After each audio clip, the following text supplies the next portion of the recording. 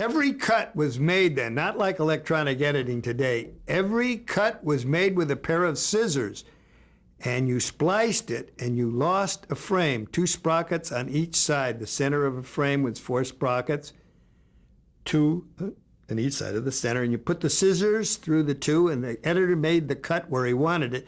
And you can see no director knew what they were doing then, because you were cutting, pasting, and thinking.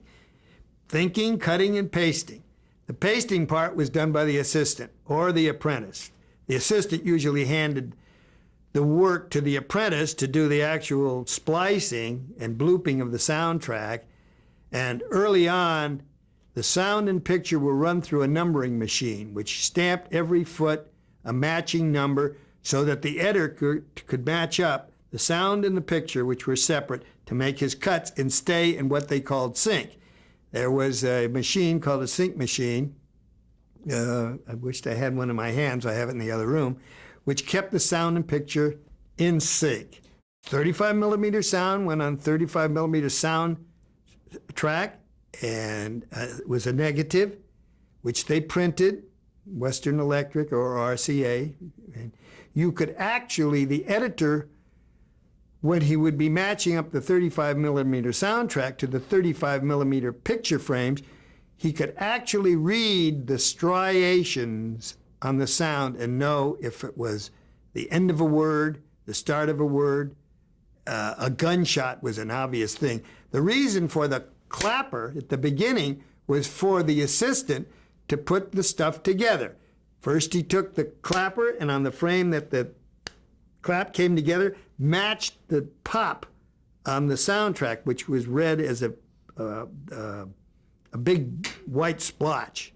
The clapper would tell you where to put the sound and picture together and match them up, and then number it so you knew where you were, because it was just 2 little pieces of film, 35 millimeter film, and you had to intercut from one angle to another as you edit. So it would list the take, and then how would... And the scene number, and then the assistant would line it up on the bench for the editor, and he'd see the master shot, close-ups, over shoulders, whatever.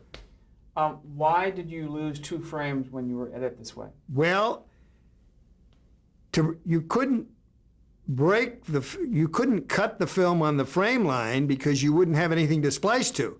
So you gave up a frame. That was another assistant's job.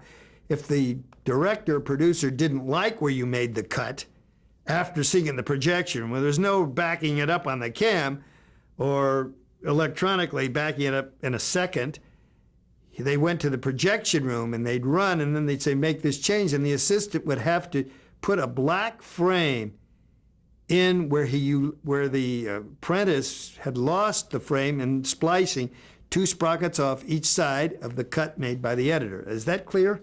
Well, it's almost clear, but by making a cut, you're losing 2 frames. 2 sprockets on each side, 2 sprockets 1 frame. Because of what we talked about earlier, which is scraping off the emulsion. Scraping off the emulsion, making the splice. When the splicer came down and joined the 2 pieces of film, the 2 sprockets from each side went in a little waste receptacle, and that was the end of it. And then when you took it apart, you had to add a frame back of black, so when it went through the projector, it wouldn't flash, and the black went very fast.